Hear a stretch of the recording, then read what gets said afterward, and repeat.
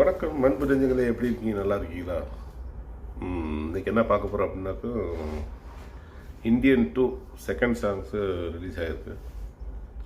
நீலோர்பம் அப்படிங்கிறது தாமரை மேடம் எழுதிட்டாங்க. இப்போ தான் அனிருத் ஃபார்மில் அப்படி வராது அப்படின்னு சொல்ல முடியாது.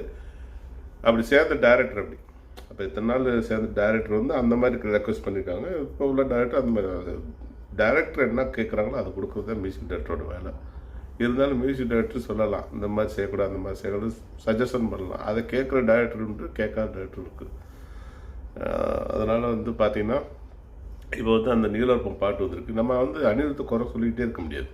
அனிருத்து ஒரு மியூசிக் படித்த ஆள் தான், அனிருத்துக்கு எல்லாமே தெரியும், புரியுங்களா? அப்போ அவரை வந்து நம்ம குறை சொல்லிகிட்டு இருக்க முடியாது. இப்போ இந்த பாட்டை கேட்போம், கேட்டுட்டு அதுக்கப்புறம் நம்ம டிசைட் பண்ணி நம்ம அதுக்கப்புறம் பேசுவோம், விரிவாக பேசுவோம். ஓகேங்களா? ஓகே, பார்க்கலாம் பாட்டு.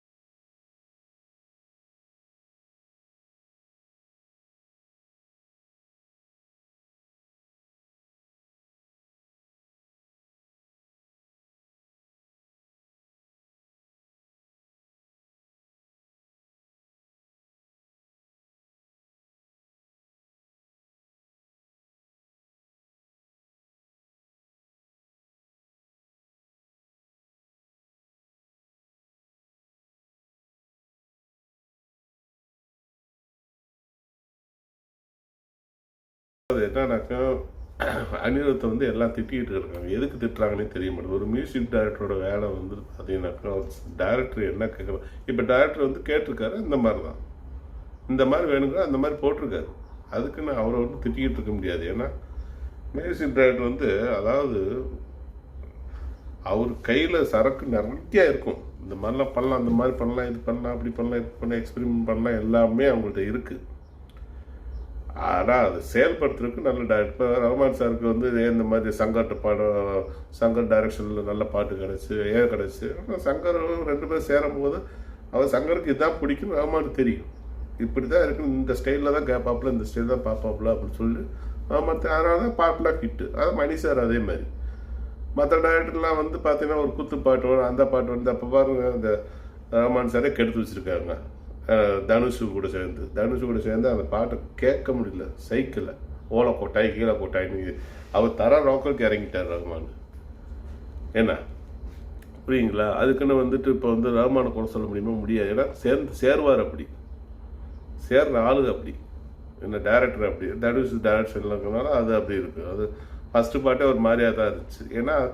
ஏன்னா அப்படி தான் டியூன் செலக்ட் பண்ண தெரியணும்ல. அந்த டியூன் எப்படிங்கிறது ராகா பேஸ்டாக வந்து செலக்ட் பண்ணால் தான் ராகா பேஸ்டாக இருக்கணும். அதே மாதிரி வார்த்தைகள் புரியணும். நல்ல ஒரு லிரிசிஸ்டோடு சேரணும். அப்போ தான் வந்து பாட்டு நல்லா இருக்கும். ஒரு லிரிசிஸ்ட்டு முக்கியம். நல்ல ராகா பேஸ்டாக இருக்கணும்.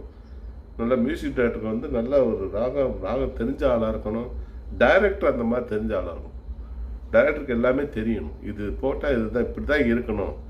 பாட்டு ஹிட் இல்லையோ, வியூஸ் போகுது. ஆனால் கேட்குறதுக்கு நல்லா இருக்குல்ல. இப்போ நல்லா இருக்குல்ல. இப்போ அனிருத் வந்து நல்லவராக மாறிட்டாரா? ஏன் அவருக்கு ஒன்றுமே தெரியாதா? எல்லாமே தெரியும், எல்லாம் பண்ணுவாங்க. டிபெண்ட்ஸ் அப்போ அந்த டைரக்டரோட ரெக்குவயர்மெண்ட் தான். வேறு ஒன்று டைரக்டர் ப்ரொடியூசர் அவங்க உட்காந்து எல்லாம் அவங்க போட்டு நச்சரிக்கிறதுனால தான் அந்த மாதிரி அந்த கண்ட பாட்டெலாம் வருது, காதை கிளிக்குது அப்படின்லாம் சொல்கிறதுன்னு பார்த்தீங்கன்னா அனிருத்தா போட கிடையாது. எல்லாம் வந்து டைரக்டர் ரெக்குவயர்மெண்ட்டு தான், புரியுங்களா? எல்லா திறமையும் எல்லாத்தையும் இருக்குது.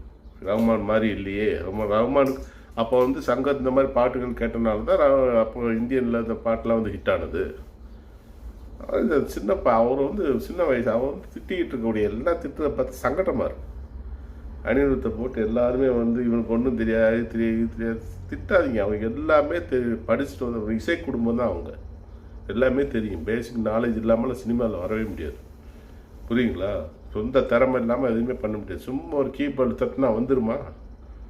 அதுக்கு அந்த கீக்கு வந்து என்ன, ஒயிட் கீயில் என்ன, பிளாக் கீனா என்ன, சினா என்ன, சி ஷார்ப்னா என்ன, பி ஃப்ளாட்னா என்ன, எல்லாமே இஎன்பி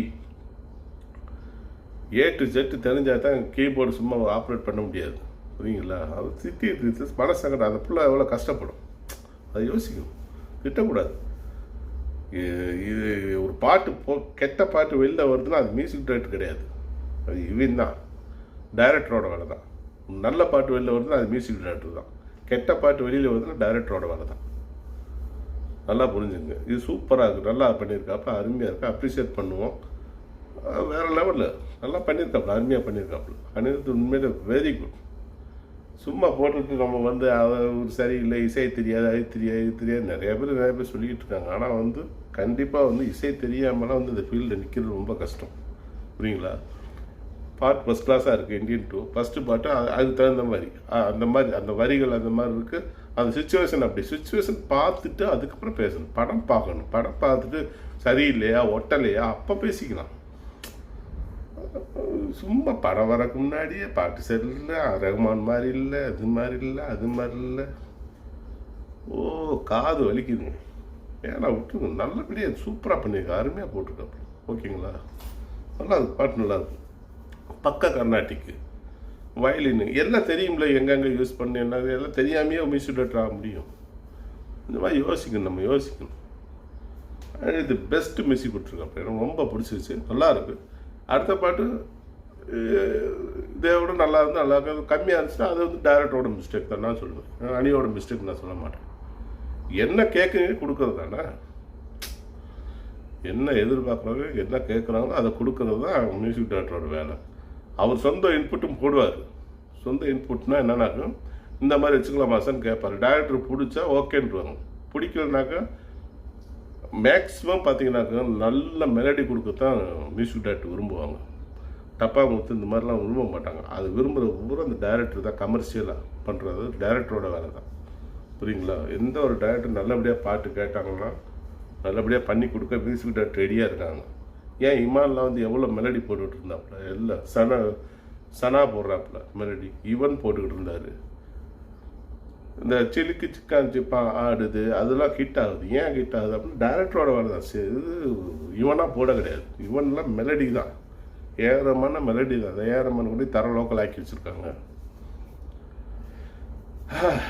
மெலடி தான் எதிர்பார்க்குறோம். ஓடுதோ இல்லை வியூஸ்லாம் பார்க்கக்கூடாது, மனசில் நிற்கிதா பாட்டு, அதுதான் பாட்டு. வரிகள் நிற்கிதா, மியூசிக் நிற்கிதா, ராகம் நிற்கிதா, அதுதான் பாட்டு. சும்மா மியூசிக் டைரக்டர் திட்டு அணி சூப்பராக பண்ணியிருக்காரு. வெல்டன் அணி. அப்படியே keep going, keep rocking. Okay, bye. அடுத்த வீடியோவை சந்திப்போம். இந்த வீடியோ பிடிச்சிருந்துச்சுன்னா லைக் பண்ணுங்கள், ஷேர் பண்ணுங்கள், கமெண்ட் பண்ணுங்கள், சப்ஸ்கிரைப் பண்ணுங்கள். வணக்கம். ஓகே, பாய்.